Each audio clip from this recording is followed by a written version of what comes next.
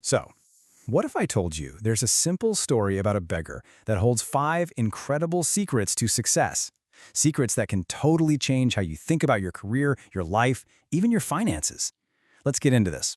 Because while the story might sound like a fable, the lessons, well, they're the real deal.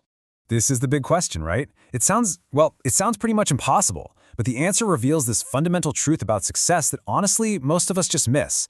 So let's unpack how this incredible transformation actually happens, step by step. Okay, so let's set the scene. We're on a hot, chaotic morning in Mumbai. Picture a beggar at a super busy traffic signal. He's tired, he's frustrated, and his life is just this endless cycle of asking for money. But his frustration has a very specific target. The owner of this sleek, black Mercedes, who drives by every single day. A man we'll get to know as Dr. Book.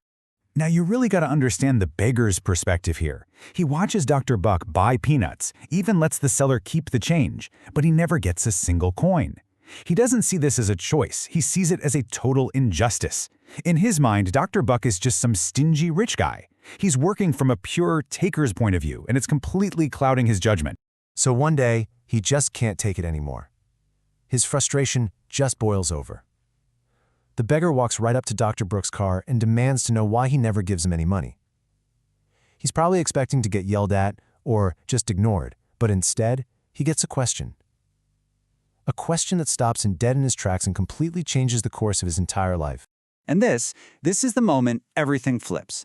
Dr. Buck tells him, look, I'm a businessman. I believe in an exchange of value. What value can you give me?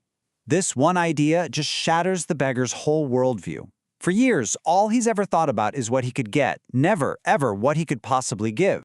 And this lays out the core lesson perfectly. The taker mindset is all about receiving, feeling entitled. But the giver mindset, the one Dr. Book is teaching, is all about offering value first. And that's what creates opportunities. It's this crucial shift from what can I get to what can I offer. You know, that night, something inside the beggar just shifts. The anger fades away and it's replaced by this intense curiosity. For the very first time, he's not thinking about begging. He's thinking, what could I possibly give? The next morning, he spots these wildflowers growing near his little shack. And boom, an idea hits him. He remembers how happy a single flower once made a small child. So he starts small. He gives a flower to anyone who gives him money. And you know what? People smile, they thank him, some even give him more money than usual. He feels this new sense of worth. So when he sees Dr. Book again, he proudly offers him flowers in exchange for money. And Dr. Book smiles, hands him a 100 rupee note, and delivers lesson number 2. Give the value first. Okay, so things are building now. The beggar gets it, give value first. But his flowers ran out pretty fast, and it's not exactly a sustainable business model. He realizes there's still a piece of the puzzle missing. He needs to learn not just how to give, but how to actually sell. His next chat with Dr. Book gives him 2 next-level lessons. First, don't just sell a flower, sell an emotion. Tell a story with it. Frame it as a way for some busy person to bring a smile to a loved one's face. And second, and this is so important, sell it to the right audience. I mean, this is classic business strategy, finding your target market, you know? So he stops just approaching everyone. He starts looking for his ideal customer. And then he sees it, the perfect moment. A couple on a bike, and they're clearly arguing. He walks up to the man, offers a small bouquet, and suggests he give it to his girlfriend to make up. The guy does it, she smiles, and just like that, the fight is over. The man is so grateful, he asks, how much? And right there, the beggar has this huge revelation. He didn't just give something away, he solved a problem. He wasn't a beggar anymore, he was a businessman. He looks the guy right in the eye and says, 100 rupees. And he gets it. That 100 rupees was so much more than money. It was proof that he had completely transformed. That first sale. Wow. It wasn't just a transaction. It was a validation. It proved that his new way of thinking actually worked. And with that single, powerful confirmation, his journey just takes off. And he starts applying these lessons way beyond one simple traffic light. He tells Dr. Book about his success, and Dr. Book gives him one final, critical piece of advice. Don't get comfortable just selling flowers at one signal.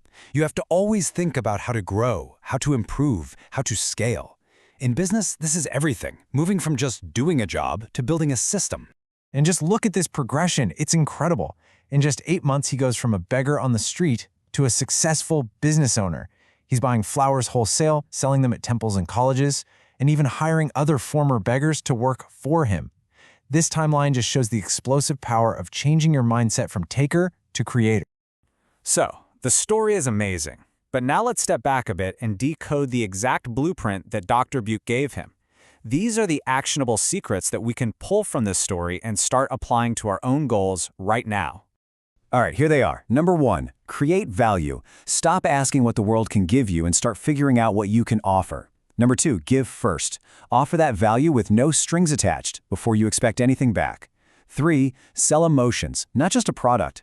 4, find the right audience at the right time. And finally, number 5, always think bigger. Build a system. Don't just do a job. And that brings us to the final and I think the most important question of all. The beggar found his answer in a simple wildflower. So I'm going to leave you with this to think about. What unique value, what skill, what passion, what's the flower that you have to offer the world? Because finding that, that's the first secret to everything else.